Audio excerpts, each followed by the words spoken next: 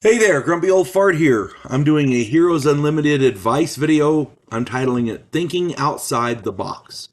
Before I get into this though, if you enjoy my content, it would really help me out if you could hit the like button, subscribe to my channel, share my content on all of your platforms, and post a comment or two. Remember, I welcome your comments, even if you disagree with me. If you enjoy a good book, check out my author page on Amazon.com.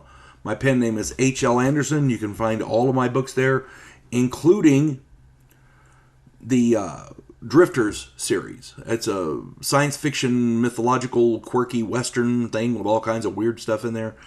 Yeah, I'm about to get the fourth one published, so I hope you get it and hope you like it. God bless one and all. All right. Thinking outside the box. Heroes Unlimited advice.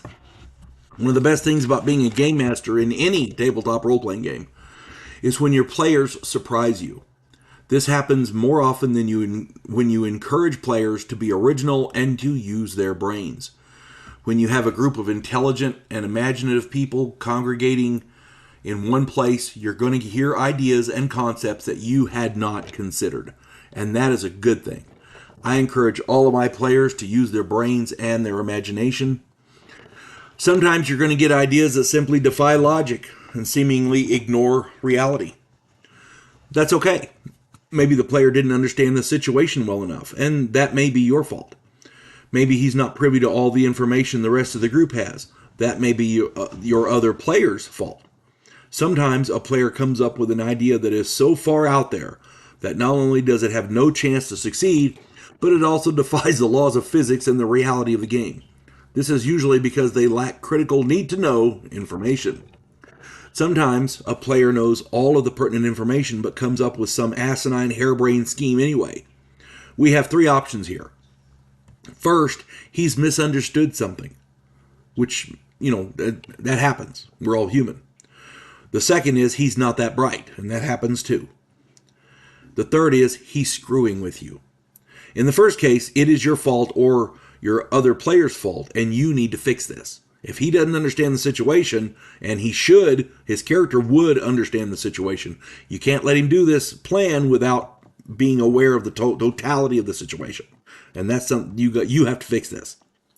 In the second case, you should find some way to mitigate the circumstances or get the other players to talk him out of it. We don't want to discourage any player from participating, but we also don't want a stupid plan to get other players killed, because it's not their fault.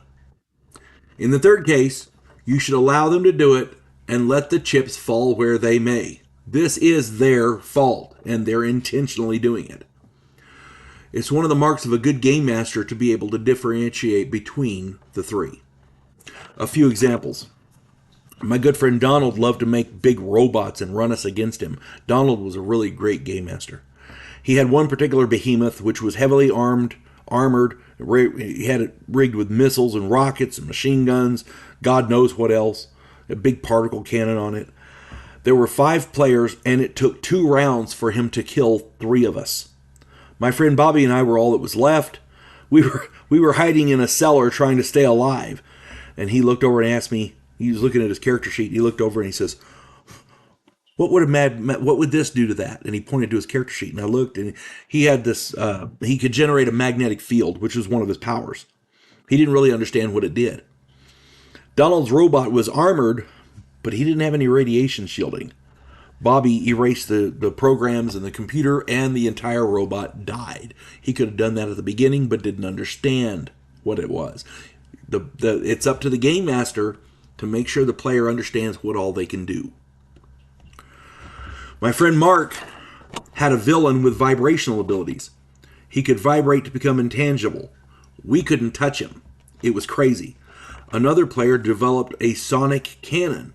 It projected a sonic beam at a specific point.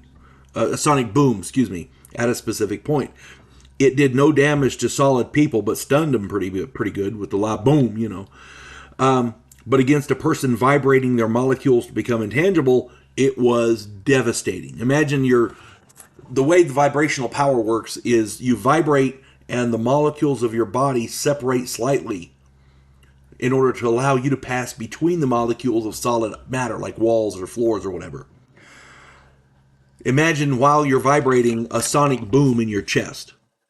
Yeah, that's just crazy.